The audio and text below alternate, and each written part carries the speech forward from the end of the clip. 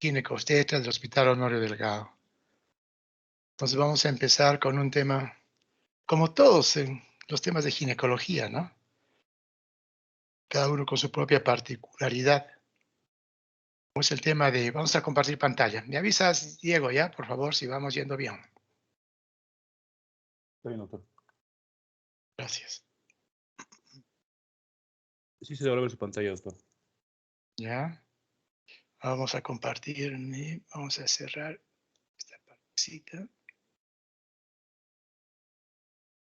Dígame qué está viendo, Dieguito, por favor. Sí, doctor, las diapositivas de climaterio. Exacto. En el formato, ¿no? En nuestro formato que nos identifica.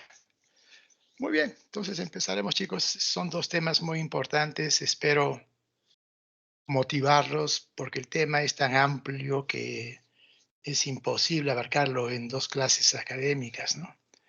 Me contentaría con que los temas que yo les vaya a exponer los motiven para que los profundicen y así redondear bien su conocimiento al respecto de lo que es climaterio y menopausia.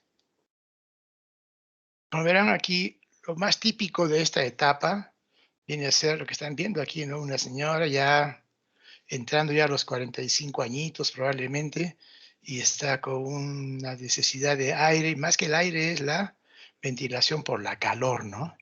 Y van a ver en el transcurso de la exposición de que esto tiene que ver mucho pues, con el tratamiento, ¿no? Muchas veces las pacientes acuden en su menopausia, no tanto porque quieren prevenir su osteoporosis, problemas cardiovasculares, ¿no?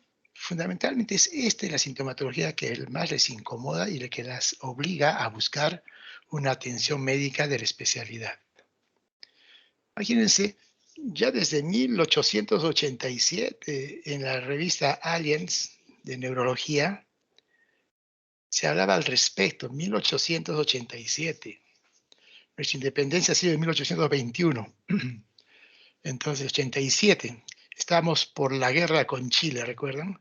Y alguien escribió esto, ¿no? Berham AM.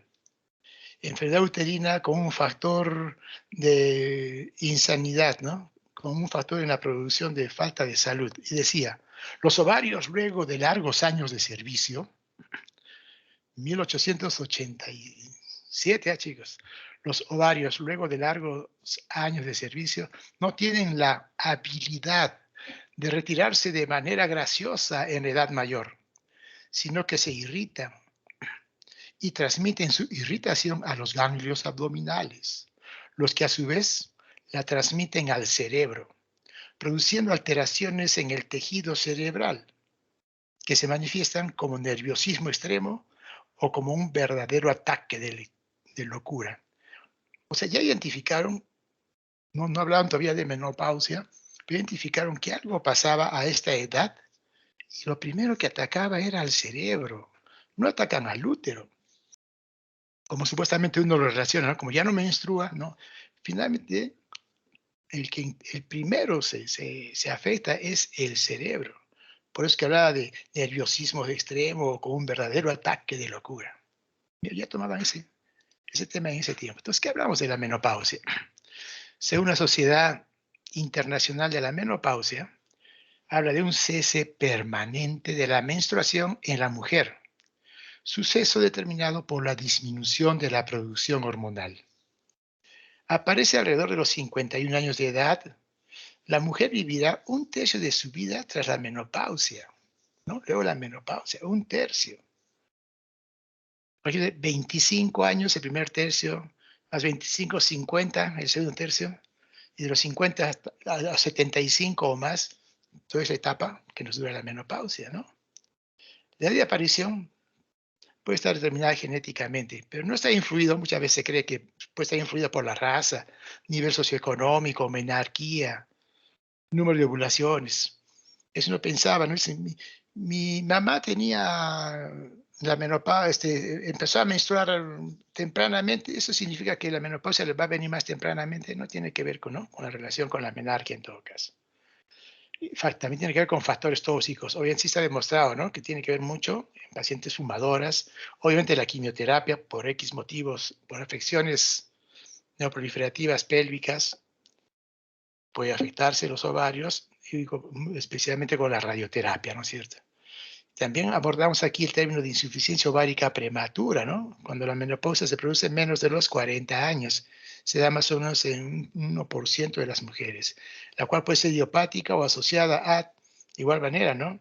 A edades menos de 40 años y que se expongan a situaciones tóxicas, alteraciones cromosómicas o también tengan trastornos inmunitarios.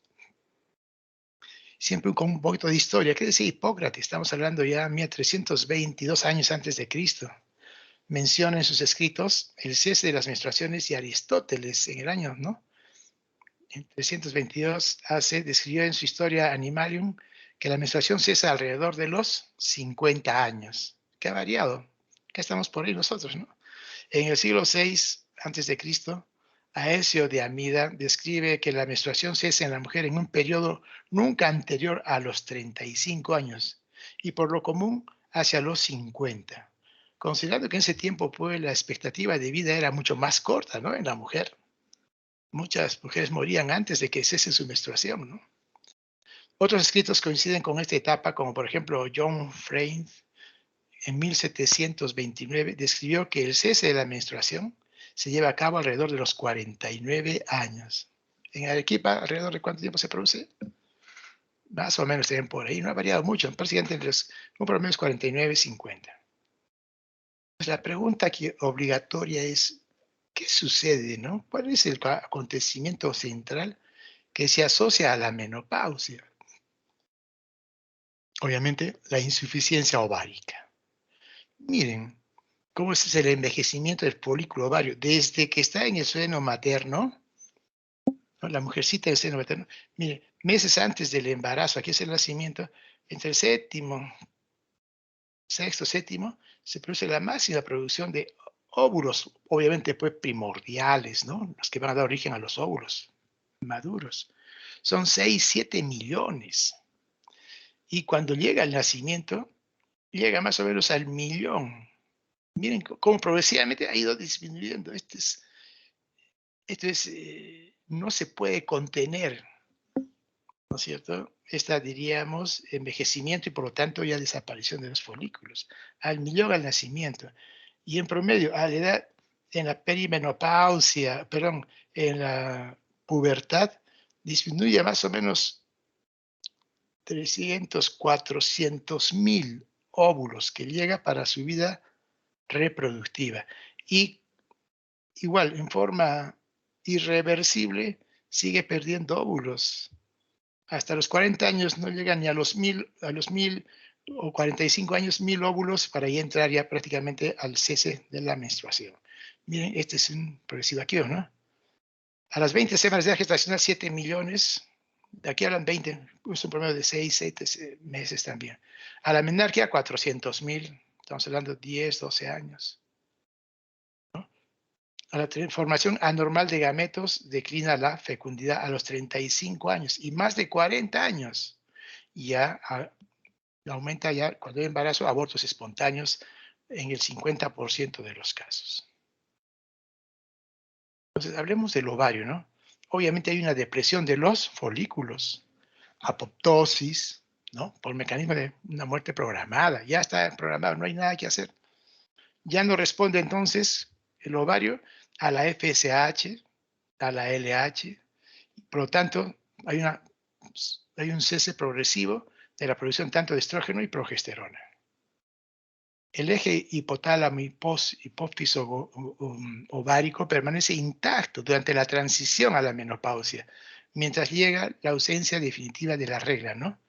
Entonces, se mantiene todavía intacto. Por eso que al no haber la cantidad suficiente de estrógenos que inhiba a la FSH, esta sigue aumentando. A las finales, ¿qué conlleva esto? Este envejecimiento, a la atresia folicular, fundamentalmente de las células de la granulosa.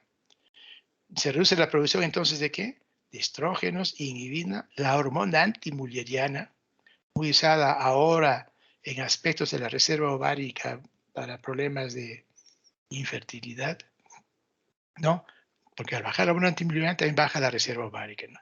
Y se va elevando también la FSH, un signo principal de la menopausia. Ya no hay quien la haga el feedback negativo. De igual manera, los andrógenos continúan su producción al activarse el compartimiento estromal, ¿no? Ovárico, especialmente la aromatización periférica por el ovario y los andrógenos suprarrenales. El sitio principal de la aromatización, esta conversión de la androstenediona en estrona, especialmente se produce en el tejido adiposo. Entonces, esta atresia del sistema folicular, estamos hablando de las células de la granulosa, ¿qué se da? Hemos visto. Disminuye la producción de estrógenos, de inhibina y hormona antimulleriana. Esto como consecuencia trae, o que obviamente la concentración de inhibina disminuye, la FSH se incrementa, que es un signo principal de menopausia, y la hormona antimulleriana disminuye. Como sabemos, es un marcador de reserva ovárica y en este caso también, ya que estamos hablando de menopausia, marcador de menopausia. Por eso cuando hablamos de menopausia prematura, antes de los 40 años, lo primero que vamos a encontrar es una disminución de la hormona antimulleriana. ¿Qué pasa en los últimos años reproductivos? Esta etapa, dentro de los últimos 4 o 5 años, hablamos de transición a la menopausia, ¿no? Está camino a que se suspenda definitivamente la menstruación. En donde, como vemos, y hemos manifestado una concentración de FSH elevada, variaciones en el ciclo, habrán ciclos que se acortan, otros que se prolongan, irregulares de igual manera, en cantidad. Comienza con la variación en la duración del ciclo menstrual. Generalmente se va cada 45, cada 30, cada 60, hasta que por fin, si llega el año, ya estamos ya en menstruación. Es un diagnóstico en la menopausia, un diagnóstico retrospectivo. Acaba entonces la transición menopáusica con el último periodo menstrual. ¿Y qué es la menopausia? Entonces se define de forma retrospectiva, ¿no? como el momento de la última menstruación, seguido por 12 meses de amenorrea. Y posmenopausia, el periodo tras la última menstruación. Miren cómo es esto del estrógeno, ¿no? Que es lo fundamental que vamos a enfocarlo desde el punto de vista de la menopausia y de su terapia. Miren cuánto es la producción de estrógenos durante la vida reproductiva. En la fase folicular se producen de 20 a 100 picogramos por mililitro. En el momento de la ovulación, mira cuánto se eleva el estrógeno, de 300 a 500 picogramos por mililitro.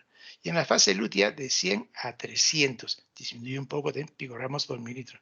En el embarazo, miren esta placenta cuánto produce. En el primer trimestre, de 1000 a 5000 picogramos por mililitro de estrógeno.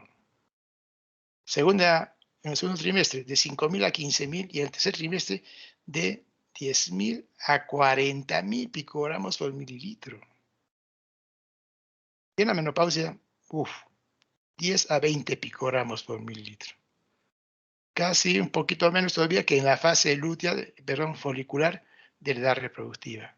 Entonces, si verdaderamente el estrógeno tuviese un efecto cancerígeno como hay en el ambiente, en el embarazo, nomás ya cuántas personas hubiesen debutado con cánceres en cualquier sitio donde haya pues sus receptores no estrogénicos. Entonces, por ahí ya comienza algo, les voy avanzando lo que es la terapia hormonal menopáusica. Y aquí el esquemita para que entendamos, ¿no? La menopausia, ¿no? Se produce ¿cuántos? 12 meses se hace el diagnóstico de amenorrea, entonces el día en que empezó su última regla y pasan 12 meses, ese es su menopausia. El climaterio, toda la etapa que comprende tanto la transición a la menopausia como la posmenopausia. Transición a la menopausia. La perimenopausia, o sea, que es lo que corresponde en los últimos 4 o 5 años antes de que se suspenda la regla definitiva, hasta un año después, esa es la perimenopausia. ¿Sí? En general, para que nos entendamos de qué estamos hablando según cada etapa. ¿Cuáles son las consecuencias, entonces, fisiopatológicas de estos cambios, especialmente del estrógeno? Esterilidad, porque hay desaparición de los óvulos, ¿no es cierto? Hemos visto cómo progresivamente se han ido prácticamente ya muriendo los óvulos. Aquí vemos, por ejemplo, un ovario en ecografía. Aquí hay relativamente, no hay pocos, pero ya nos está indicando que no hay mucha formación. Generalmente un problema de 7 a 10 puede ser lo normal, porque ya más de 10 también ya tendremos que tallar con el ovario poliquístico. Pero ya vamos viendo, ¿no? Aquí, por ejemplo, puede ser la edad reproductiva, y aquí, miren, vemos uno por aquí, otro por aquí, ¿no? En la ecografía. Entonces, si no hay ovulación, no hay progesterona, ¿no? No se va a dar la etapa secretora. Por lo tanto, al ir aumentando los estrógenos, ellos van a seguir estimulando el crecimiento del endometrio y por lo tanto pueden dar proliferación endometrial o hiperplasia, incluso hasta cáncer endometrial, cuando no hay la contrapartida que lo equilibre para que se produzca la menstruación, como es la progesterona. De igual manera, hay producción continua de estrógenos endógenos, ¿no es cierto? Y hay una disminución de la concentración también de andrógenos. De alguna manera, todavía hay investigaciones que están a favor o en contra de esta hipótesis. Pero aquí, miren, ven en una mujer postmenopáusica, cómo el endometrio, cómo se engruesa. Ustedes saben que un endometrio normal en la reproductiva premenstrual mide un promedio de 14, 15 milímetros, ¿no? El anteroposterior. Aquí está sobre los 2 centímetros, 20 milímetros o 25, ¿no? Se está acumulando porque no hay la progesterona que le indique la segunda etapa del ciclo y venga la menstruación. Síntomas y signos, entonces, hablando ya del síndrome climatérico. ¿Cuál es el síndrome climatérico? El que empieza antes de la suspensión de la regla y continúa todavía después de la suspensión definitiva de la regla. Miren, irritabilidad, fatiga, depresión, cefalea, olvido las cosas, insomnio. ¿Esto con qué tiene que ver? Casi con un problema más que todo cerebral, ¿no se dan cuenta? Bueno, ganancia de peso, ya hay una redistribución, ¿no? De grasa. Finalmente también palpitaciones, crisis de llanto, estreñimiento, disuria, polaquiuria, disminución de la libido. ¿Realmente será así? ¿O es que hay el deseo, pero el dolor que produce la dispareunia le quita el deseo? Pero no es porque el deseo tiene la relación, pero sí tiene sus hormonas que todavía le estimulan por el problema cerebral. Síndrome premenstrual un 27%. De 3, una puede tener problemas premenstruales, ¿no? Como dolor, tensión mamaria, cambios de carácter. El sangrado uterino también se puede dar irregular, viene, no viene, ovula, no ovula. Incremento de quistes foliculares, lógico. Si es que no hay ovulación en la primera etapa, pueden formarse quistes foliculares, los famosos ovarios multifoliculares. Hiperplasia endometrial, este engrosamiento que les he mencionado en la diapositiva anterior, e incremento de la adenosis mamaria. De igual manera, ¿no?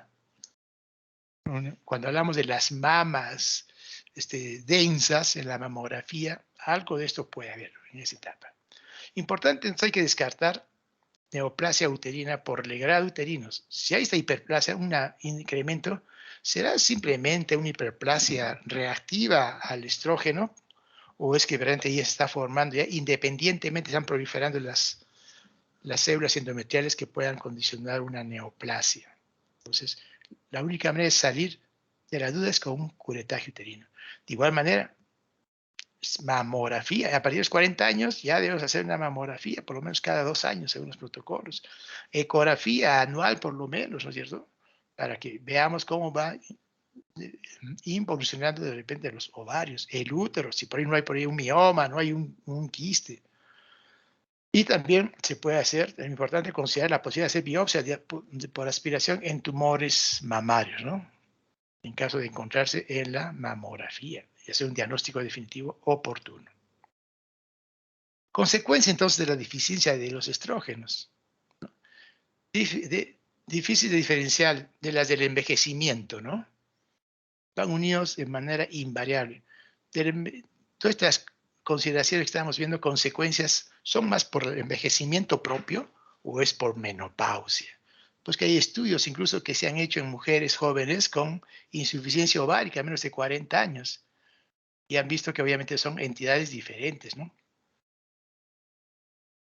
Entonces vamos a abordar cuáles son los principales problemas de la salud de la mujer menopáusica.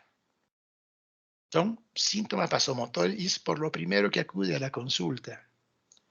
Atrofia urogenital, ahí nomás están juntos, casi tienen un mismo origen embriológico, ¿no es cierto?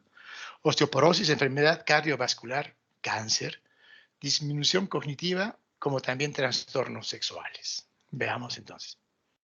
Entonces, aspectos de la menopausia. Quisiéramos ver una persona más serena, ¿no? Enfrentando su nueva etapa. No es ninguna enfermedad, es un estadio más de nuestro desarrollo, nuestra evolución. Después de estar, ¿no?, con los signos, con las molestias, la idea de nosotros es aliviar esta etapa para que empiece una nueva vida, que también tiene sus bemoles, como también tiene sus ventajas. Pues empezamos en síntomas vasomotores, ¿no?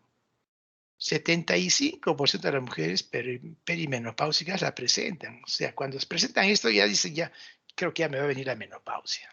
Ya estoy con estos síntomas. 75%. De 4, 3. Duración puede durar de 1 a 2 años. Hay casos que pasan de los 10 años. ¿Se imaginan? Tremenda carga, tremendo martirio de las mujeres. Y son edades en donde todavía están productivas, 45, 50 años. Están asumiendo responsabilidades directrices, administrativas, ¿no? Consulta, entonces, porque sofocos. Y eso es lo que lo obliga a decir, quiero algo que me dé, doctor. La terapia hormonal menopáusica. Vamos a ver, ¿le damos de frente o no? La mayoría, ¿qué refiere? Dificultad de concentración, inestabilidad emocional, andan llorando a cada rato, están en plena conferencia y se olvidan de repente algunos conceptos. Entonces, afectan en su trabajo y su actividad diaria. Y también el sueño. Los bochornos, los calores, les quitan el sueño por más que se mueran, ¿no? De querer dormir, pero esto no les impide. Están viendo lo complicado que es esta figura. Tratamiento, debería mejorar, ¿no? ¿Para qué indicaría ese tratamiento? La idea es mejorar estos síntomas. No estamos pensando en, verán, en problemas cardiovasculares, que obviamente también tienen sus beneficios, o problemas de osteoporosis. Ella quiere solucionar este problema. Entonces, obviamente el diagnóstico diferencial más saltante aquí es el hipertiroidismo, que hay que empezar en este caso cuando los síntomas vasomotores sean atípicos, o si se les da el tratamiento, ¿no?, hormonal, menopáusico, y no cede las molestias. ¿No será que tengo otra cosa? ¿No? Entonces, mecanismos fisiológicos de estos síntomas vasomotores no se conoce por completo. Se habla que algo sucede en el hipotálamo, en donde se entiende que ahí se regula la temperatura, tiene que ver mucho con el índice metabólico y también la temperatura de la piel. Por eso es que se reacciona con vasodilatación y sudoración para deshacerse del calor. ¿Mediante qué? Una activación noradrenérgica, esto produce serotoninérgica o dopaminérgica. Se desconoce en todo caso cuál es la función exacta de los estrógenos que modulan estos acontecimientos. No sabe cómo es que actúa el estrógeno en estas acciones que de alguna manera calman estos bochornos, esta sensación de transpiración, aumento de la temperatura. En todo caso, los síntomas vasomotores son la consecuencia de la privación de los estrógenos y no solo de su deficiencia. Por eso es que en la perimenopausia los niveles de estrógenos suben y bajan totalmente. Al bajar es cuando vienen los bochornos. Otra vez se nube. Hay toda una fase, ¿no?, del estrógeno en la fase de la perimenopausia y que podría hasta en la posmenopausia. Síntomas vasodilatados, estilos de vida, tiene que ver mucho en el control de esta sintomatología tan molesta. Se solicita se sugiere estar en ambientes fríos para sentirse fresca, mantener temperatura, ¿no?, baja en las habitaciones con bastante ventilación, usar ropa ligera, evitar también sopas calientes, que a veces en nuestros medios tenemos la costumbre de ello. En todo caso, las mujeres con sobrepeso y fumadoras tienen síntomas vasomotores un poco más agresivos, más graves. Entonces, también quitarlas, ¿no?, y bajar de peso. El tratamiento con estrógenos. Evidencia 1A. Está demostrado, ¿no?, que el estrógeno es el mejor medicamento, alternativa para tratar los síntomas vasomotores. Es el más efectivo y es el único aprobado por la FDA. Para las más jóvenes y las ovariostomizadas recientes necesitarán dosis mayores, ¿no?, para controlar. Estamos hablando de la menopausia prematura, por ejemplo, o aquellas personas que por algún motivo les han sacado los ovarios, a veces una enfermedad pélvico-inflamatoria, absceso, o una periperitonitis, que no hay otra manera que salvar la vida sino sacarle todo, ¿no? Entonces, dosis importantes. En mujeres sanas, perimenopáusicas, sin problemas cardiovasculares, cerebrales, nada, y que menstruan, ¿no? Siguen menstruando, pero están con sus sofocos, entonces se le indica por la píldora. La conocemos anticonceptiva, que no la hacemos por fines anticonceptivos, sino porque por sus dosis van a controlar mejor.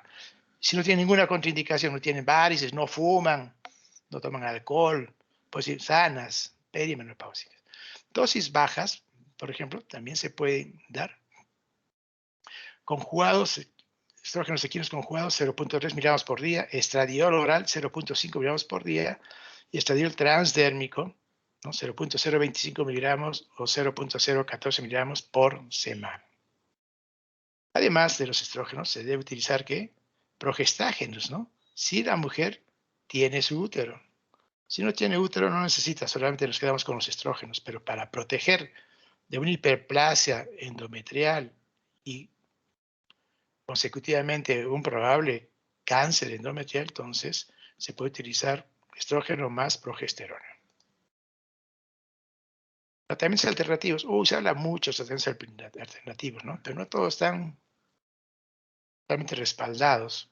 Los síntomas vasomotores son particularmente sensibles a los tratamientos con placebo, porque tiene que ver algún aspecto emocional también, ¿no? Un aspecto psicológico. El placebo también, me ve muy bien, puede ser una agüita con algo, un líquido, ya cree que le puede ir, pues aquí particularmente sensibles.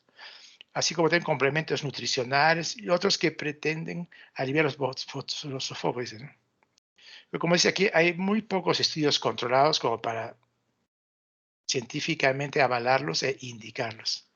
Igual se debe con los fitoestrógenos, la simicifuga racemosa, la acupuntura.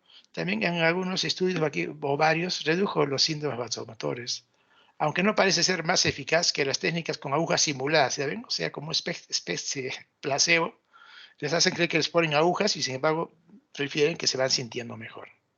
Lo mejor es en todo caso reducción del estrés, el ejercicio y respiración pausada. Eso puede ayudar diario que puedan mejorar los síntomas vasomotores.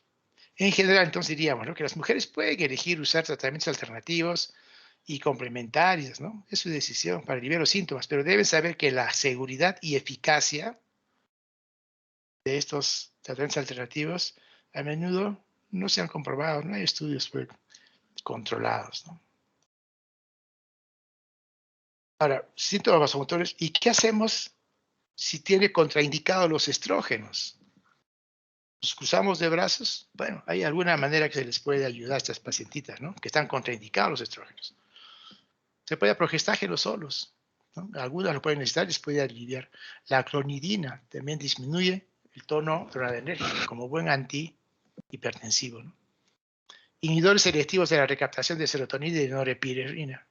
Igual también, ¿no? Como la paroxetina, es mejor que cefalea, produce náuseas, insomnio. Igual el venlafaxina, sofocos, pero muchos efectos secundarios, sequedad de boca, náuseas. ¿Estamos bien con el audio, Diego? Sí, doctor, todo bien.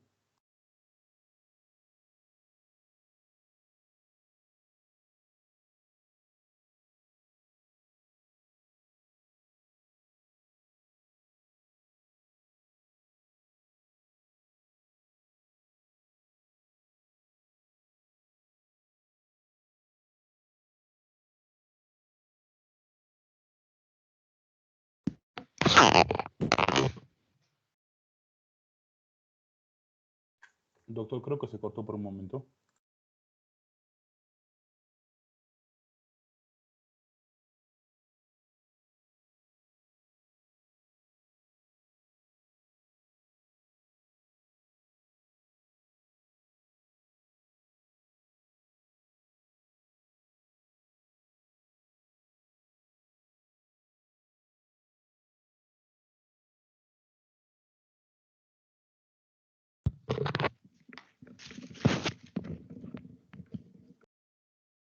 ¿Estamos, Diego? Sí, doctor. Se cortó por un ratito. Se cortó, ¿no? ¿Es el team? ¿Soy yo? ¿Dónde es el problema? No, no sé, doctor. Podemos seguir. Sí, se Sí, ¿no? puede. Estamos. Sigamos, ¿eh? Entonces. Sí, porque ya salió ese sonido especial cuando estamos viendo la diapositiva. Sí, doctor. Ok. Entonces nos quedamos, ¿cierto? En los progestágenos que pueden ayudar, la clonidina de igual manera, porque disminuye el tono noradrenérgico, inhibidores selectivos de la recaptación de serotonina o de norepinefrina, tanto la paroxetina como la venlafaxina. Gabapentina también es un buen anticonvulsivante, pero también se ha encontrado que por lo menos tiene mejor efecto que el placebo. Evidencia 4, ¿no? Más que todo por reportes de investigadores, por experiencia. La esopiclona mejora el sueño. El hidrocloruro de difenhidramina, un antihistamínico, parecido también a la difenhidrinato, ¿no? Que provoca somnolencia, es barato y de venta libre, pero por lo menos alivia los síntomas vasomotores. Atrofia, ahora entramos en otro terreno también, ¿no? Ya hemos abordado que es la primera causa porque consulta, pero también viene la paciente por problemas urogenitales. Obviamente, como no hay estrógenos, se relaciona con la atrofia, ¿no? Provoca sequedad y prurito vaginal, dispareunia, disuria y urgencia urinaria, que es motivo de problemas con la pareja. En promedio, todos están alrededor, las parejas están por ahí en la misma edad, ¿no? 45, 50 años, están en toda su potencial sexual, en su actividad sexual, y por lo tanto muchas veces la pareja no entiende que ella está sufriendo estos problemas de la baja de estrógenos. Entonces, el tratamiento puede ser estrógenos sistémicos, pero si no hay bochornos, pero sí tiene sequedad vaginal, fastidios entre la relación, mejor es usar estrógenos por vía vaginal, o sea, prácticamente de acción local, ¿no? También pueden ser en cremas, en óvulos, ¿no? Anillos vaginales, y esto acompañado de cremas hidratantes vaginales. ¿Cuál es el efecto del estrógeno? Lo que hace el estrógeno es puede engrosar, ¿no?, el epitelio vaginal. Y las capas por lo menos son 20, 25 capas de células epiteliales contando con el estrato córneo de la vagina. Y cuando no hay estrógenos, esta cantidad de capas pues disminuye, ¿no? Por lo tanto, por eso es que es un epitelio adelgazado.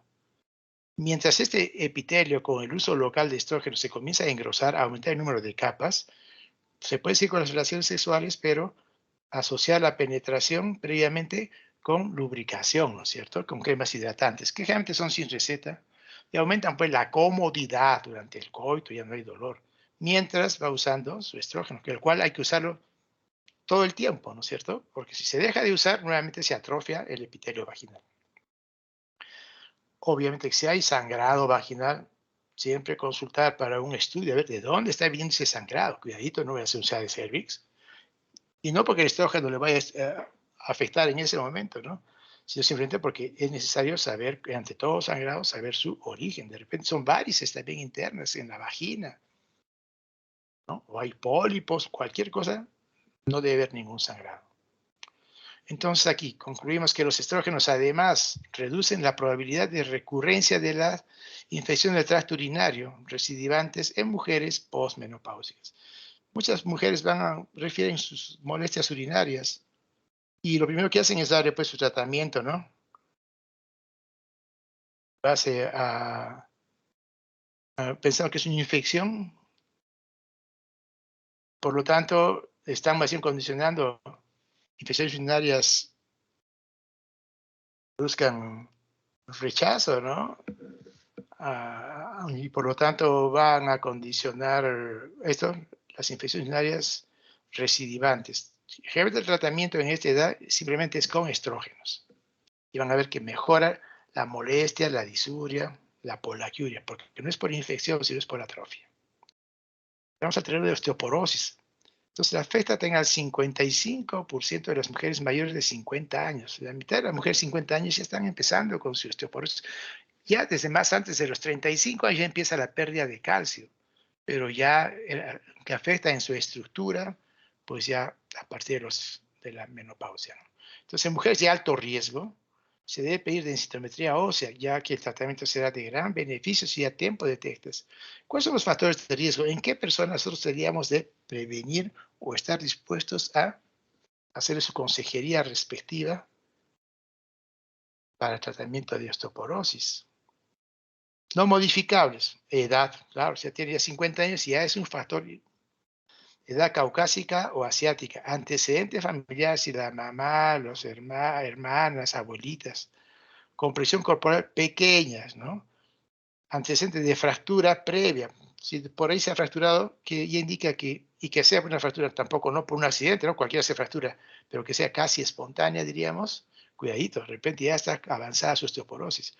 En menopausia precoz, mucho tiempo ya, mira, sin influjo hormonal estrogénico que ayuda, ustedes saben, a la retención de calcio, o variectomía previa, pero tiene que ser bilateral, ¿no es cierto?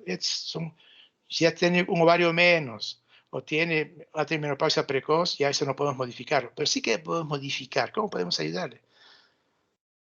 ¿No? Los modificar. Si hay baja ingesta de calcio y vitamina D, habrá que aumentarle la vitamina D y su calcio. Si hay tabaquismo, se puede modificar, ¿no? Bajo peso corporal, que aumente de peso. Y si hay una vida sedentaria, que haga ejercicio. ¿Cómo evaluamos de la densidad mineral ósea, ¿no es cierto? Eso es importante para determinar y diagnosticar la osteoporosis.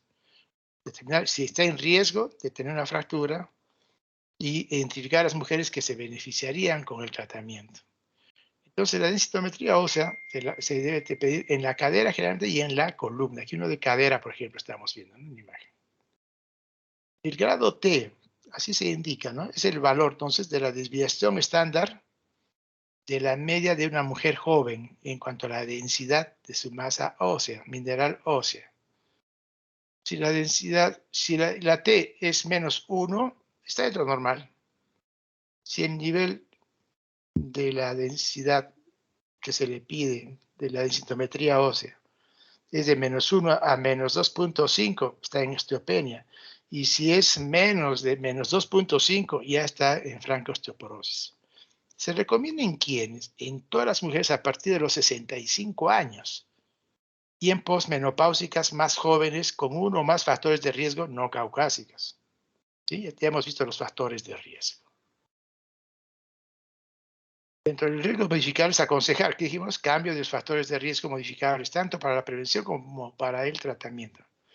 La mayoría tienen dietas deficientes tanto en calcio como en vitamina D. Recomendar entonces tomar por lo menos 1 o 1,5 gramos de calcio con 400 a 800 unidades de vitamina D por día. Dejar de fumar y se debe hacer ejercicio regular. Es una herramienta FRAX, tipo cuestionario, disponible en Internet que determina el riesgo de su fractura y según este riesgo calcula la probabilidad de que se presente una fractura, si es que hay, dentro de los 10 años. Predice más o menos que dentro de 10 años, si tiene, según este FRAX, puede entrar, Internet es accesible gratuitamente y determinar el riesgo de fractura. Y le predice que se podría presentar esto dentro de los 10 años subsiguientes. Tratamiento. Obviamente, fármacos antirresortivos, ¿no? Que no se siga resorbiendo el hueso, ¿no?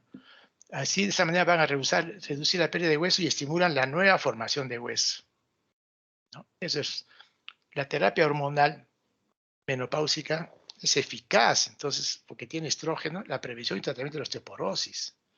Estrógenos, miren, reducen 50% la incidencia de fracturas con las personas que usan estrógenos. El estudio White, ya les voy a decir de qué se trata, redujo en 34% de las fracturas de cadera con tratamiento hormonal con estrógenos equinos conjugados más medroxiprogesterona. Entonces, ¿cómo dicen, no? Estrógenos conjugados, por ejemplo, el estradiol transdérmico más calcio más vitamina D, incremento significativo en la densidad mineral ósea comparado con placebo.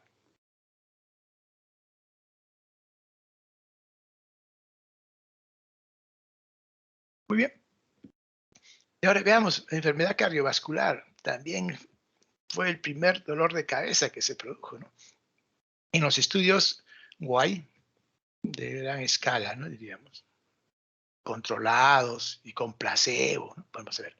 Primera causa de muerte en la mujer, ¿no? La enfermedad cardiovascular en general, ¿no? 45%. Después de la menopausia, como se desausentaron los estrógenos, no hay la protección vascular y comienza la causa de muerte. O sea, lo iguala al hombre y hasta lo sobrepasa en la posmenopausia, ¿no? Ya más avanzada. Factores de riesgo no modificables para enfermedad cardiovascular, de edad, obviamente, y antecedentes familiares. Antecedentes de personas con hipertensión, con arteriosclerosis, personas diabéticas, ¿no? Puede ser. Modificables, tabaco, claro, dejando de fumar, obesidad, bajando de peso, haciendo ejercicio, se puede modificar y mejorar los indicadores de enfermedad cardiovascular, ¿no? Condiciones médicas asociadas, como ¿no? Asociadas a la diabetes, la hipertensión y la hiperlipidemia. Todo esto se podría modificar, ¿no? ¿A través de qué? Bajando de peso, una vida haciendo ejercicios. Estudios epidemiológicos hablan de una disminución del 50% de enfermedad coronaria con la terapia hormonal menopáusica, porque actúa a nivel sobre los lípidos y de la pared vascular. El estudio White es estudio Iniciativa para la Salud de la Mujer, Estados Unidos. Estudio aleatorizado, controlado, 2 brazos. En uno se utilizó la terapia de reemplazo hormonal combinado, ¿qué es el combinado? Estrógeno más progesterona y con versus placebo. Se vio que prevenía la enfermedad cardíaca en la mujer sana. Si la mujer estaba en la menopausia y se le daba ese tratamiento sin ningún factor de riesgo, pues prevenía la enfermedad cardiovascular, ¿no? Enfermedad cardíaca en la mujer. Y aumentaba el riesgo más bien, de accidente cerebrovascular. Otro estudio, o sea, paralelo, el otro era en mujeres histerectomizadas. Y como no tenían útero, solamente se les dio estrógeno, obviamente estrógeno versus placebo. Y en 7 años de seguimiento de estas pacientes no hubo incremento del riesgo de enfermedad cardíaca. Entonces, el guay, ¿en qué consistió? Miren, se estudiaron a 27,000 mujeres que recibieron terapia hormonal, edad entre los 50 y los 79 años. ¿No? O sea, ¿cuántos años? 20, casi 30 años se consideran de diferencia entre una edad y otra, ¿no? Dentro de los 50 a 79 años. En otros estudios hormonales, desenlace primario se encontró que enfermedad coronaria. ¿Y qué se encontró también en estos estudios?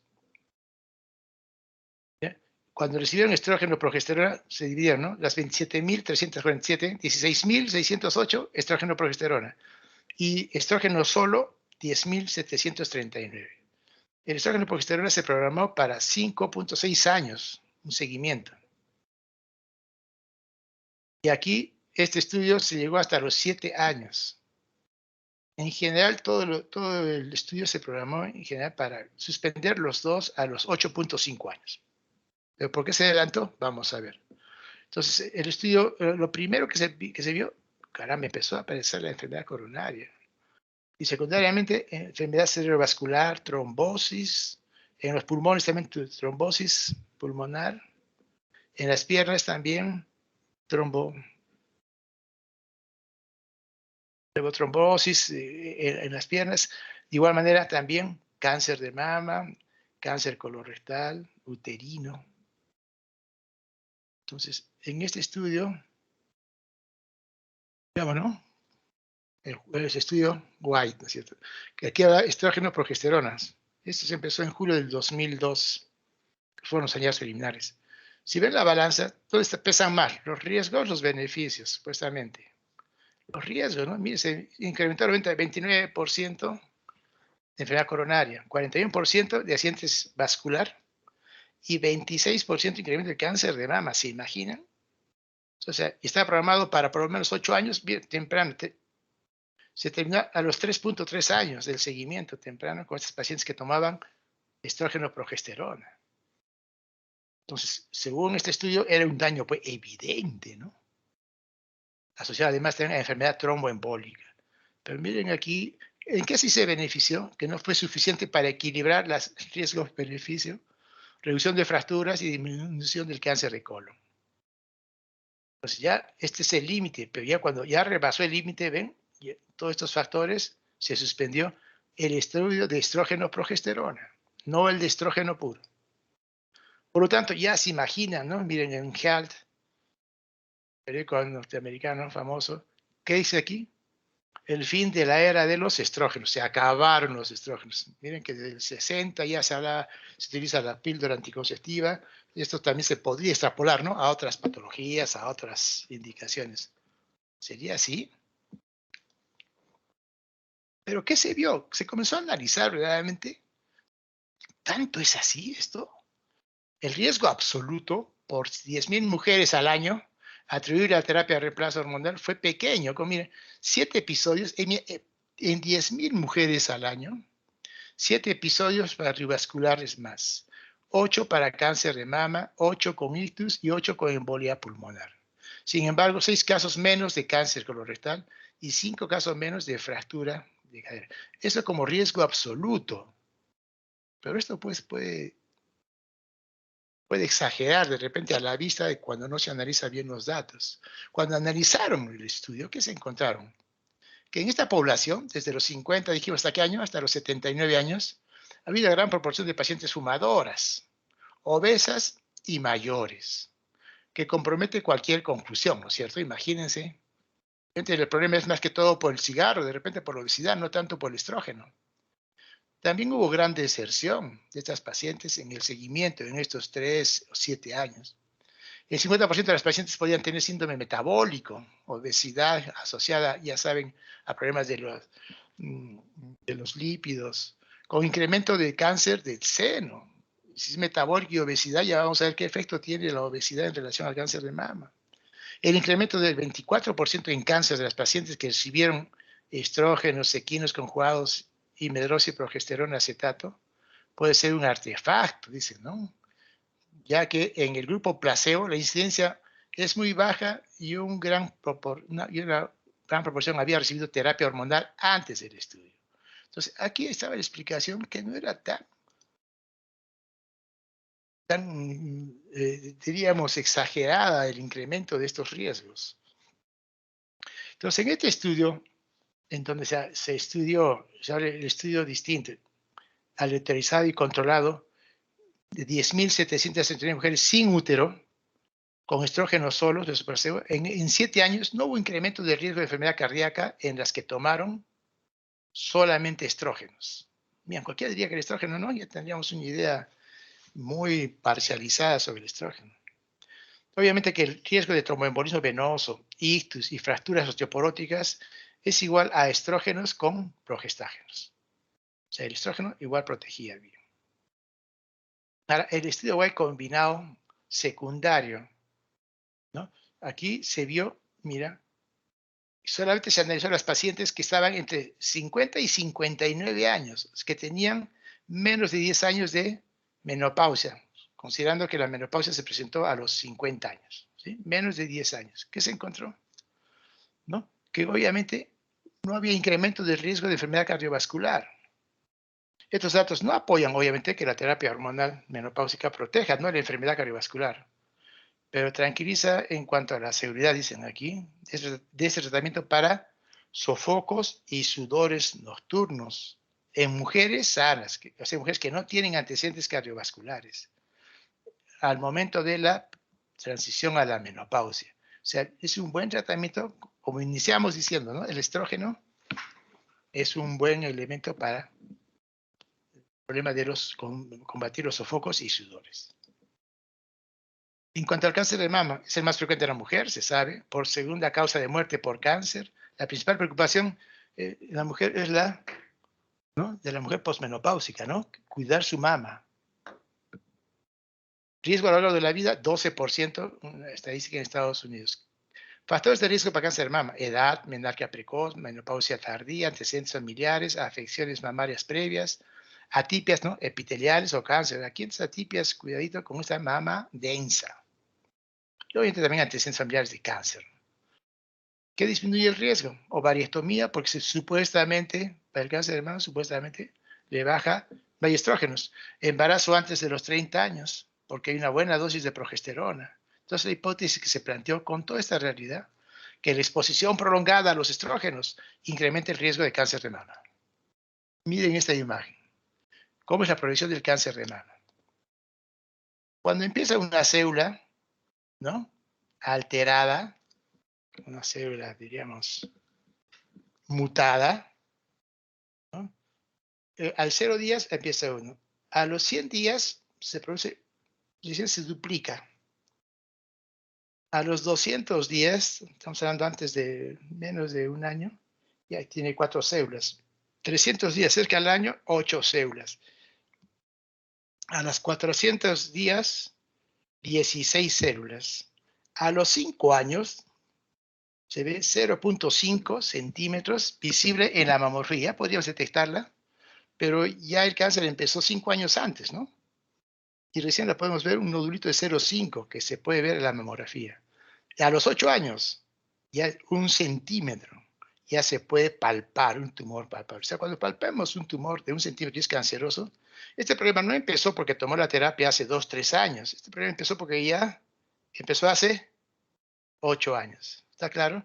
Obviamente 3 centímetros promedio de tumor palpable, ¿no? Ya estamos hablando aquí a los 10 años. Miren toda la historia natural de la enfermedad, diríamos, de la progresión del cáncer de mama. Entonces, la terapia de reemplazo hormonal no causa el cáncer de mama, ¿sí? Es un promotor, o sea, el estrógeno es mitogénico, puede crecer, pero no produce cambios en su herencia genética, ¿no? No muta. Entonces, la terapia de reemplazo hormonal, riesgo de cáncer de mama, riesgo relativo, cesa después de, si tú encuentras algún riesgo, tú le suspendes la terapia de reemplazo hormonal de la menopausia, cesa el efecto promotor. El cáncer más se relaciona con un cáncer lobular que el ductal. El ductal es el mucho más agresivo. Mejor diferenciación de las células, especialmente cuando son receptores estrogénicos positivos. Digamos que casi hay un cáncer, podría ser un cáncer entre comillas bueno, ¿no? Depende también de la selección de pacientes, en quiénes damos, con qué factores de riesgo. En autopsias, 3 a 15 mujeres, del 3 al 15% de mujeres de 40 a 80 años, se encontró un cáncer de mama, miren, menos de 1 centímetro. O sea, ¿cuánto tenía ya? ¿Hace cuántos años que antes que se muera ya empezó el cáncer? 8 años, ¿no? Según la historia que les he mencionado. Pues la terapia hormonal en la menopausia, cuando se da más de 5 años, aumenta el riesgo, ¿no? O sea, hay estudios, más o menos 1.3 en estudios observacionales. Son observacionales. Varios estudios sugieren que el riesgo de cáncer de mama asociado a estrógenos solos puede ser menor el riesgo. Cosa que hablamos, ¿no? El riesgo de cáncer de mama es mayor con el tratamiento con estrógenos más progesterona. Imagínense. También aquí tenemos una sentencia respecto a la terapia, ¿no? No toda mujer que haya tomado terapia de reemplazo hormonal va a presentar cáncer de mama. Y no toda mujer con cáncer de mama ha tomado terapia de reemplazo hormonal. Y en interacción de los progestágenos con los diferentes receptores hormonales. ¿Ya? Estrógenos, receptores estrogénicos, testosterona, androgénicos, progesterona y el cortisol, ¿no es cierto? Tenemos aquí sus respectivos glucocorticoides, receptores. Entonces, miren aquí, el estrógeno solamente influye en su respectivo receptor. Pero si le agregamos testosterona o le agregamos progesterona, mira, la progesterona actúa en todos los receptores testosterónicos, estrogénicos, en ellos mismos y en el de cortisol. Entonces, esto puede ser que al agregar la progesterona estimule el crecimiento y recién pueda tener un factor de riesgo. En este caso, hablamos de cáncer de mama. ¿Qué pasa cuando entonces agregamos un progestágeno cuando se asocia a estrógeno? Aumenta efectos colaterales mamarios. 1. Empeora la densidad mamaria en la mamografía y, como habíamos dicho, aumenta el riesgo, en todo caso, de cáncer de mama cuando se asocia al estrógeno una progesterona. Hay un estudio aquí, EPIC, en donde habla de que se estudian 54,000 mujeres de edad promedio 52 años, a un seguimiento de 5 años. ¿Qué se encontró? Miren el riesgo. Estrógeno, progesterona 1.2, ya es un riesgo. Estrógeno, a las justas, 1.1 es menos. Pero llamativo aquí, mi estrógeno más progestágenos sintéticos, 1.4. Son sintéticos, pero el estrógeno, la progesterona micronizada es menos, como que podría usar esta progesterona micronizada, porque no tiene, mira, al contrario, es menos del 1%, como diciendo, no tiene que ver con este riesgo del cáncer. Por lo tanto, aquí influye la adición del tipo de progesterona en el riesgo, claro que sí. Para ver, mira, estrógeno solo, el riesgo es 1.1, hemos dicho, ¿no? Pero cuando es con sintéticas, 1.69. Entonces, si vamos a usar, porque la paciente tiene útero, si vamos a usar una progesterona, que sea una progesterona micronizada. Hasta mí aquí, el estradiol más dihidrogesterona, una de las últimas progesteronas que han salido, 1.16, mucho menos que las sintéticas. Seguimos con el estudio White y el cáncer de mama. ¿Qué se vio?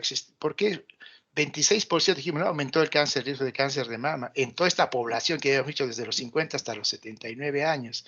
Mira, el placebo se vio, mira, el riesgo era mayor cuando usó estrógenos equinos conjugados con medrosa y progesterona, ¿no? Que cuando usaron el placebo. Pues que dijeron que aumentó en un 26%. Hablar así de porcentaje, pues, imagínense, es mucho, ¿no? Y esta diferencia era estadísticamente significativa. Aquí, cuando se usó nada más estrógeno, ¿no?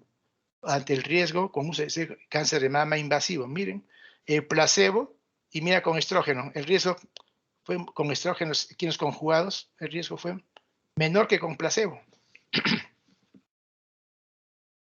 Entonces aquí, finalmente, el resumen del estudio White, que se hizo en el 2002, ¿no? Cáncer de mama, miren, con terapia de reemplazo hormonal en 10,000 mujeres, 38. Placebo, 10,000 mujeres, 30. Fue un aumento no significativo. Aquí, con estrógenos conjugados, aquí, cáncer de mama, el riesgo 77, ¿no? Una reducción no significativa.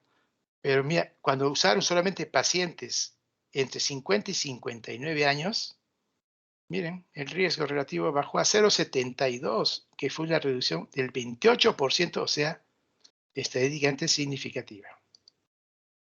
Finalmente, miren qué efecto beneficioso o de lo contrario puede tener la terapia de reemplazo hormonal.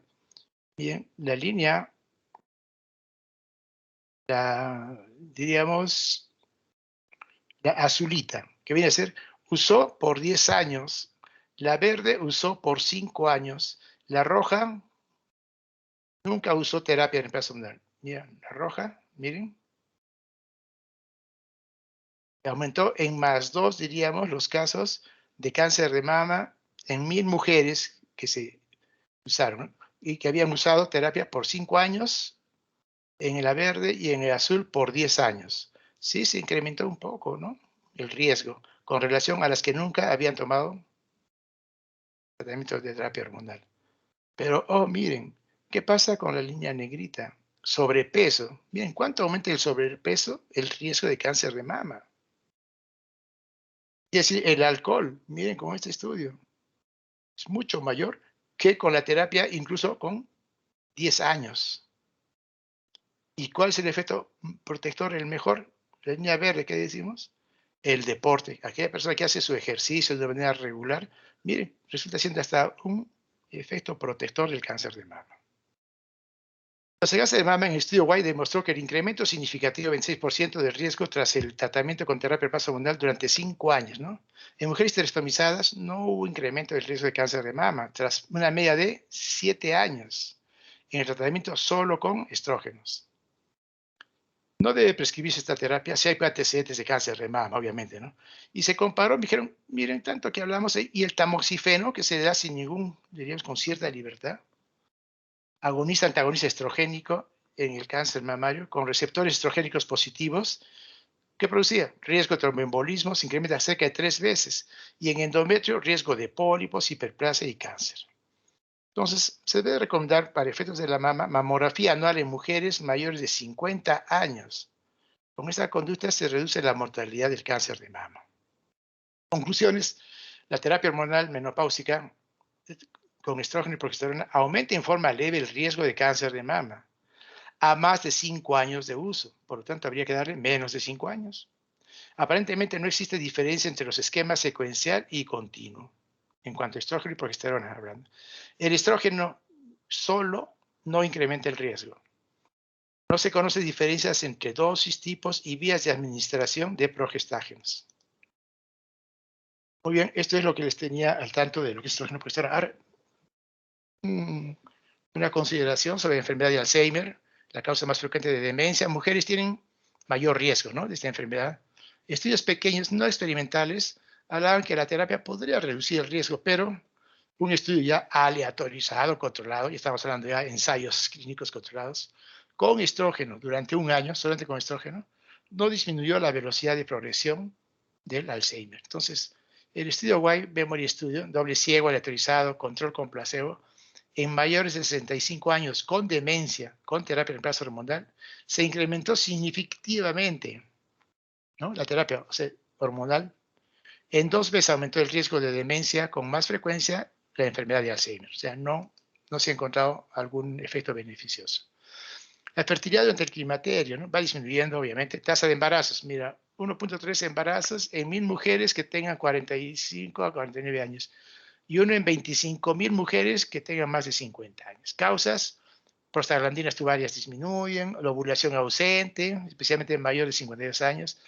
Los métodos anticonceptivos, ¿no?, para usar para la fertilidad, hay temor por las hormonas orales, con el riesgo de trombosis venosa, embolia pulmonar, enfermedad coronaria, hipertensión. Pero dosis mínimas hasta la menopausia se puede usar. Y alternativas: el DIU no medicado, Norplant, pues, que es progesterona, ¿no?, es progesterona, y métodos de barrera, ¿no es cierto? Y el asesoramiento durante el climaterio disminuye en la mayoría de las mujeres, ¿no? Disminuye estrógenos, pero no modifica la libido. O sea, el deseo existe, lo que queda es el temor, el dolor a las relaciones. En todo caso, tiene más relación con los andrógenos si están disminuidos o no, es controversial. Generalmente hay sequedad, atrofia de la vulva en el 33% de las mujeres, dispareunia y dificultad en las relaciones sexuales. Los orgasmos son más breves y contracciones son menos intensas. La única causa que limite la actividad sexual puede tener su parejita, ¿no? Es la incapacidad física de cualquiera de los dos. De repente el que no puede es el varón, ¿no? De repente tiene problemas, porque no está en su andropausia. Y los factores sociales y el comportamiento del esposo tienen también influencia importante. O depende de lo contrario, de repente él está molesto porque ella se queja mucho, no quiere tener relaciones, no la comprende, ¿no?, la pareja, a la señora que está con ese problema. También puede verse por ese lado. ¿Aquí qué les parece? Una abuelita, ¿no?, que se siente feliz, mira, se ve una jovencita, ¿no?, porque solo está con su tratamiento hormonal y se siente mucho mejor, más aliviada de sus molestias. Y no es que le engañemos, sino que es parte de nuestro compromiso de no hacer daño y, al contrario, calmar el dolor. En este caso, ¿qué dolor? De repente de su identificación, de sus molestias, ¿no es cierto?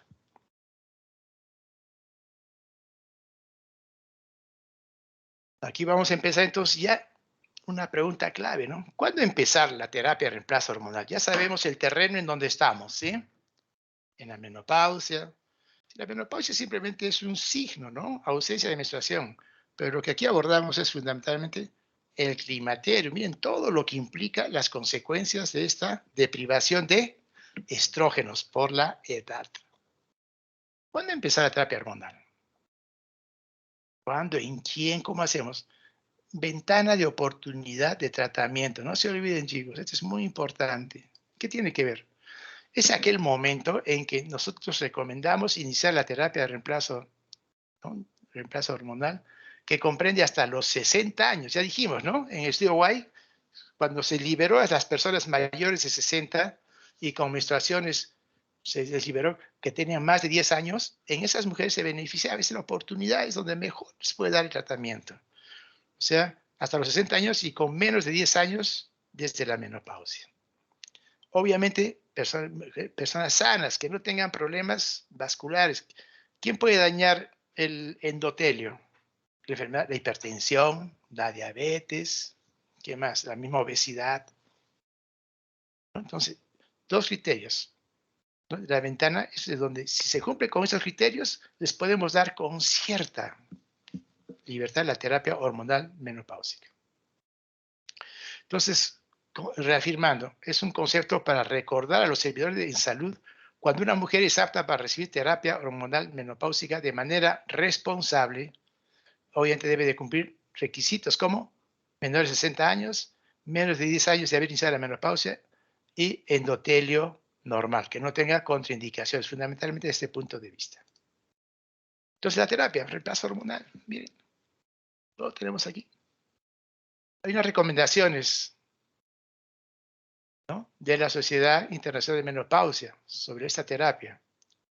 La terapia hormonal menopáusica debe ser parte de una estrategia mayor que incluya también recomendaciones de estilos de vida en cuanto a dieta, ejercicio, cese de tabaquismo y consumo de alcohol en cantidades seguras para mantener la salud en mujeres peri y posmenopáusicas. Interesante, ¿no? No solamente usar la pastilla, señora, con esto se va a prevenir muchas cosas, ¿no, chicos? Estilos de vida. Indicaciones. En la menopausia precoz, natural, quirúrgica o iatrogénica, y es indicación absoluta cuando la mujer se ha presentado, obviamente, menos de los 40 años. Todo este problema, o bien como dice natural, ¿no? Menopausia precoz. ¿En qué caso indicamos? En la menopausia sintomática. ¿Y cuál es la sintomatología prevalente que dijimos? Los síntomas vasomotores, como sofoco, sudor, irritabilidad, muy intensos que alteran la calidad de vida. No puedes trabajar, no puedes dormir, no puedes hacer nada.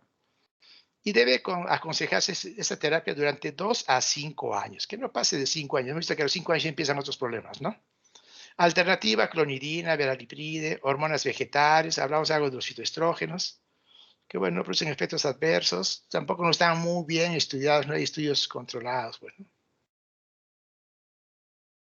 Igual, prevención de la fragilidad ósea, ¿no? También le damos para prevenir la fragilidad ósea y osteoporosis. O sea, prevenir la pérdida de masa ósea, ¿no? La terapia de reemplazo hormonal, o la recuperación de la misma, con lo que reduce el riesgo de fractura. Disminuye, mire, la incidencia de fractura osteoporótica durante 10 años o más cuando se toma este tratamiento. Se da también en mujeres que dijimos con menopausia precoz, en mujeres con menopausia con riesgo alto de osteoporosis, y hemos visto ya el perfil de una mujer que puede ser osteoporótica, y mujer con menopausia en tratamiento por osteoporosis franca con fractura. Se le puede dar, si es que no tiene otra contraindicación. ¿Y en qué caso indicamos? Prevención de la enfermedad cardiovascular. Modifica el perfil lipídico, aumenta el HDL colesterol, disminuye el LDL colesterol. Tiene un efecto vasodilatador y antioxidante.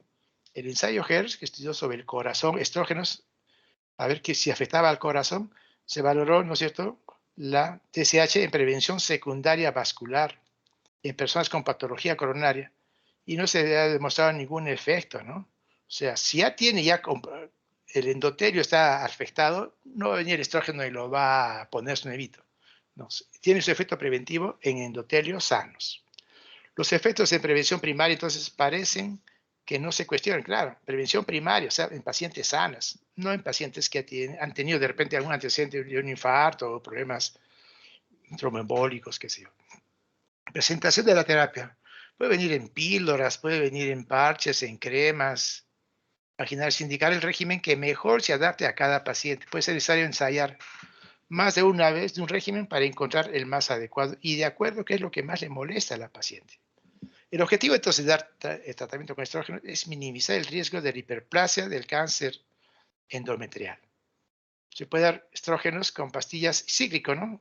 21, 25 días, agregando progestina para evitar que la hiperplasia, ¿no es cierto? Y el cáncer endometrial.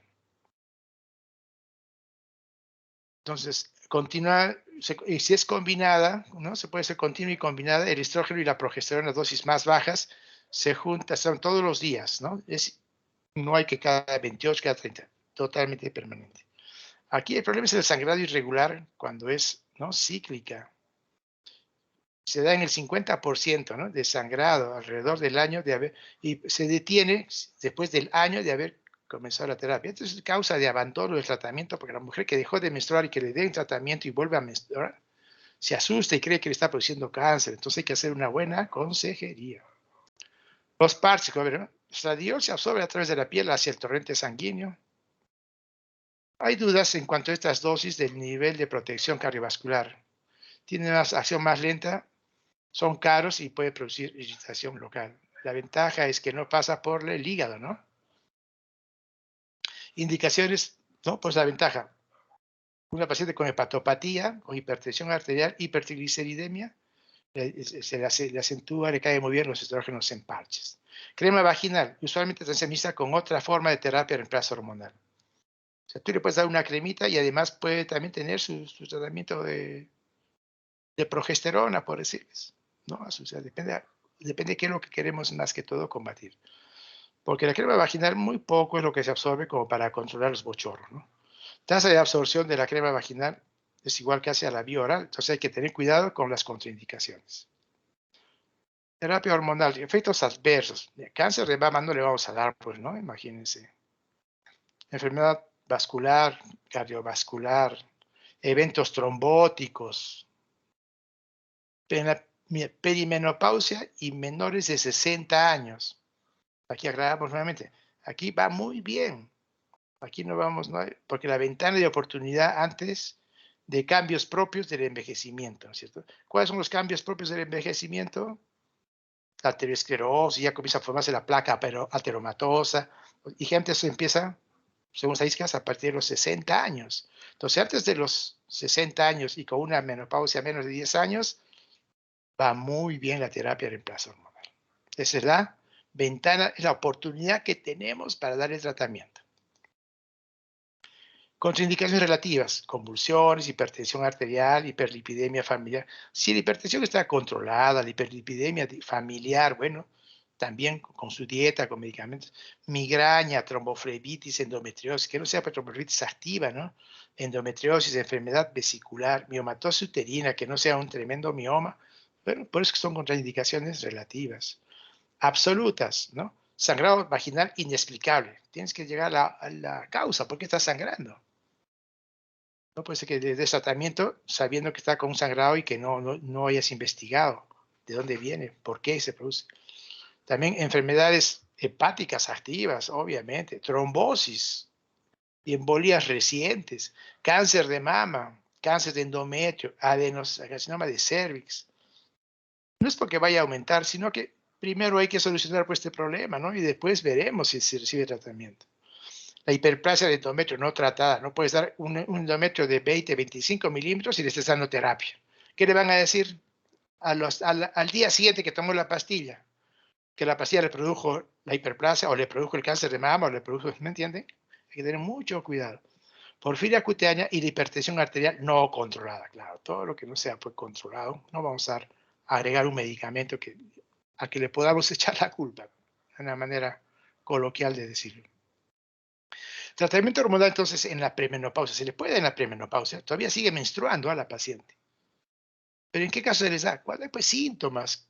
Y fundamentalmente, si estos pochorros, por ejemplo, deterioran la calidad de vida. O también tiene, pues, dispareunia. La vagina está muy seca. ¿Cómo va a deteriorar? ¿Cómo no va a deteriorar la relación con su pareja? Entonces, no vamos a ver obligados. Nada obligados en la necesidad de darle tratamiento. Los estrógenos transdérmicos solos para evitar oscilaciones de niveles de estradiol. Claro, no necesitamos dosis muy altas. En transdérmicos, recuerden que una de las causas por qué tienen todos estos bochornos, estas alteraciones, es el problema cerebral. ¿No? Hemos hablado tanto del síndrome climatérico, ansiedad, depresión, llanto. ¿No? Entonces, si tú estabilizas estas variaciones que hay de los niveles en la premenopausia, de los niveles de estrógenos, pues estabilizas los niveles de estrógenos y puedes darle cierto alivio. Y el tiempo, todavía también es a nivel 4, me parece, podría ser, porque 6 meses, dependiendo de cada paciente y de cada médico y de cada investigador. Nuevos tratamientos, los SERMs, ¿no? Tipo raroxifeno, que es antirresortivo y anticatabólico.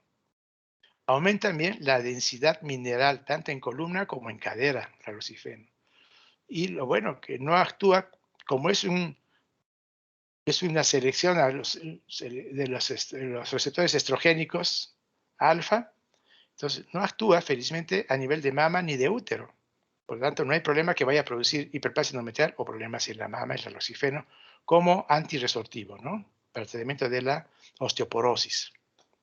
Beneficios cardiovasculares: induce reducción del colesterol, miren, y los niveles de fibrinógeno.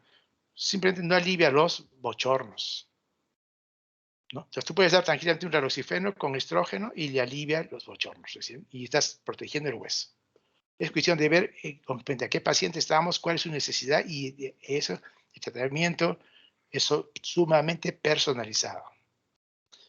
Episodios tromboembólicos venosos es igual que lo que produce la terapia hormonal menopáusica. Los bisfosfonatos, tipo alendronato, disedronato, efecto antirresortivo, efecto para, ¿no? para la osteoporosis. El problema es que esto, si no lo das bien, puede darte náuseas, vómitos, pirosis. Hay que tomarlo sentado con bastante agua, media hora. Hay una serie de cositas que a veces los pacientes a esa edad como que no aceptan mucho tantas indicaciones por el medicamento. Mejor no lo tomo, dice, ¿no? Aumentan la densidad mineral ósea. Reducen la incidencia de fracturas en mujeres osteoporóticas. Bueno, se puede tomar 70 si es el adrenalato o 35 miligramos por semana si es el disedronato. Obviamente se recomienda tomar junto con calcio y con vitamina D, ¿no? Para que ayude a la recepción y a la formación de nuevo hueso. El ivadronato también eficaz antifractura vertebral. La ventaja de esto es la adherencia al tratamiento. Mire, 150 miligramos de un bifosfonato, el ivadronato, por mes, pues esa adherencia al tratamiento, hay que estar tomando cada semana, ¿no? Calcitonina, también indicación de osteoporosis ya establecida. Hormona parenteral se puede tomar en spray, 5 a 200 unidades, inhibe la actividad de los osteoclastos. Hay receptores de estradiol, miren, en las células osteoblásticas y de calcitonina en los osteoclastos. Por lo tanto, aquí inhibe la acción de los osteoclastos la calcitonina. La nasal reduce las fracturas vertebrales en las mujeres con osteoporosis. Tiene efecto analgésico, esto bueno, su valor agregado, ante el dolor agudo por fractura. Calcio y vitamina D, tratamiento no farmacológico, ¿no? Efectivos en reducir la pérdida de ósea en las mujeres mayores. El calcio por sí tiene un efecto limitado, ¿no? Pero si le agregamos la vitamina D, le ayuda, ¿no es cierto? Es un efecto que retiene, dirían prácticamente, el calcio en los huesos. La vitamina D absorbe el calcio y lo incorpora al hueso, ¿no? La vitamina D. Denosumab es lo último tratamiento antirresortivo. Tiene bastante, ahora ya bastantes, diríamos, adeptos a este tratamiento, porque mira, es un anticuerpo monoclonal puramente humano, o sea, no hay ninguna posibilidad de reacción de rechazo alérgica, ¿no? Actúa bloqueando el ligando RANK, una citoquina que activa el osteoclasto. Si lo bloquea, ya no va a actuar por el osteoclasto, entonces va a seguir formando inflamación, el osteoblasto va a seguir formando hueso. Actúa a nivel del hueso cortical y trabecular, incrementa en mayor medida la densidad medula ósea y mayor adherencia al tratamiento versus los bisfosfonatos. No se elimina por vía renal, es una gran ventaja. Generalmente son personas de edad que podrían tener un problema renal, un grado de insuficiencia, y por tanto, como no se elimina por vía renal, pues no hay mayor problema en indicarlo, ¿no?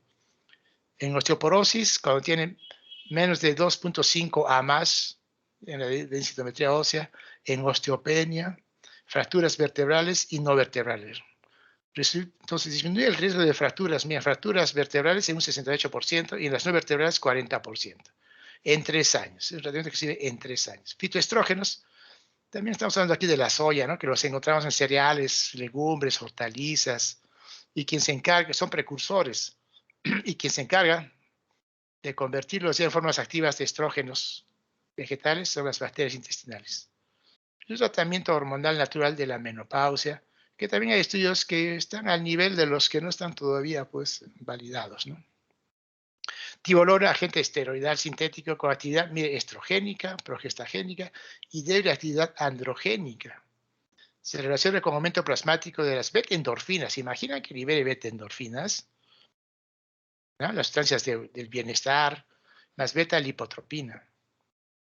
Indicación se puede indicar después de estar seguros que han pasado ya 12 meses de la última regla. Si no, los sangrados, porque todavía puede actuar este estrógeno, puede producir hiperplasia y unos sangrados muy fuertes. Acción, miren, alivia sofocos, sudoración, humor, lívido y previene pérdida ósea. Es bastante completito, ¿no? Miren su pérdida ósea y también los sofocos a la vez. No actúa. Y finalmente, mira, no actúa sobre endometrio y tejido mamario. Una gran ventaja, ¿no? Tableta es 2.5 por día. Hay que estar tras ella para que cumpla, se adhiera al tratamiento. En general, ahora, tenga estrógeno y cáncer. ¿Qué se habla? Entonces, autores, incremento del riesgo de 2 a 3 de cáncer endometrial en pacientes que recibieron estrógenos, pero que la mayoría estaba en estado inicial y eran bien diferenciados. Como decíamos, es un cáncer, digamos, benigno, ¿no? No usaron pues la progesterona para que le contrarreste, ¿no?, el efecto. No hay incremento significativo del cáncer de ovario. Sí, más bien hay disminución del cáncer de ovario con el uso de anticonceptivos hormonales, porque son a más altas dosis, ¿no? Bloquear la ovulación. Tampoco hay incremento del cáncer de mama, aunque algunos con progestágenos pudieran aumentar dicha posibilidad. Vimos, ¿no? Y la conducta, seguimiento cuidadoso. Toda persona que está bajo terapia, al inicio, hormonal, diríamos, 2 meses, cada 6 meses. Y frente a metrorragia, sin duda hay que hacer un curetaje para determinar si esto es ¿por qué? Porque hay un cáncer o es que simplemente es una reacción del local al estrógeno. Medicamentos no estrogénicos. ¿Cuándo indicamos no estrogénicos? ¿En qué casos? Pacientes en lo de los esteroides sexuales están contraindicados, en donde no hay por respuesta a la terapia, estamos ya 3, 4, 5 meses y no hay respuesta. Se rehúsa el tratamiento. Hay personas que hablan que las hormonas le pueden producir cáncer, no les puedes obligar. Cuando hay intolerancia también, el estrógeno produce a veces náuseas, retención hídrica, hemorragias. Entonces, dentro de los no estrogénicos que tenemos, sedantes, ¿no? No son hormonas, reducen los bochornos, fenobarbital, por ejemplo, más belladona, tranquilizantes para la ansiedad e insomnio, diazepinas, el problema es que puede producir hábitos, ¿no? Vitamina B6, antidepresivos, que solamente pueden ser, antidepresión puede ser psiquiátrica, ¿no? Verdaderamente afecta. Pueden ser las fenotiacinas, inhibidores del AMAO, bochornos, pues, se puede usar progestágeno, si hablamos, contraceptivos orales, la clonidina también, ¿no? Y osteoporosis, calcitonina, calcio y vitamina D de 400 a 800 unidades por día. Entonces, finalmente, la recomendación de la terapia. ¿Cómo indicas? Debe tener una indicación clara, ¿no? Ella es prácticamente candidata para uso de terapia de reemplazo hormonal. Primero, explicación. Existen indicaciones aprobadas para el uso de terapia de reemplazo hormonal. El inicio, en la transición de la menopausia, ya se puede empezar antes de que ya cuando le está variando la regla. ¿De qué dependerá? De los síntomas que le estén afectando su calidad de vida, ¿no? O hasta 10 años después de la menopausia. ¿Qué dijimos que es esto? La ventana de oportunidad. Se debe indicar entonces lo más próximo a la menopausia o incluso antes, o sea, en la transición menopáusica. Si hay síntomas que afecten la calidad de vida. Duración, el menor tiempo posible. Porque tenemos que evaluar riesgo-beneficio según los antecedentes, según su perfil. Se puede continuar también por muchos años, siempre que los beneficios superen los riesgos.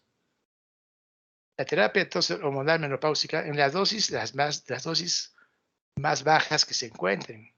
Y se debe iniciar con dosis bajas y luego ya titular la dosis de acuerdo a la respuesta. Si depende de ese efecto, vamos aumentándole progresivamente el estrógeno generalmente. Tipo de terapia de reemplazo en la menopausia, de acuerdo a la evaluación, entonces el tipo y vía de administración. Entonces, de repente, por un problema hepático, le voy a dar un transdérmico, ¿no? Para evitar pasar por el hígado. Debe ser indicado por el médico de acuerdo a los riesgos de cada mujer. Conclusiones. Entonces, se debe evaluar la sintomatología climatérica en toda mujer de 40 a 60 años, o sea, que está camino a la menopausia y la que está en la posmenopausia. La menopausia misma no determina la indicación de terapia. Hay mujeres que les va muy bien y que no necesariamente tienes que indicar el tratamiento, salvo por apoyo con calcio, con vitaminas, pero de repente no lo necesita. Tratar a toda mujer que lo requiera y por el tiempo que sea necesario. Así quisiéramos ver nuestras parejitas, ¿no? A nuestras, que confían en nuestro buen criterio y en nuestra buena formación y capacitación para darles lo mejor y que primen sean los beneficios más que los riesgos. Bien, chicos, esa es toda la clase. ¿Alguna pregunta quisieran hacerme? Con todo gusto.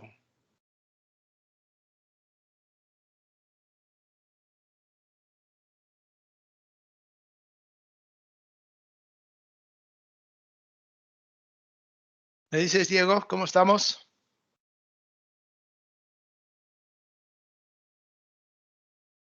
Sí, doctor. ¿Ya? ¿Todo bien entonces? Sí, doctor. Entonces, terminamos la clase, ¿ok? Gracias, doctor. Sí, doctor, muchas No, gracias. a ustedes, chicos, espero que les haya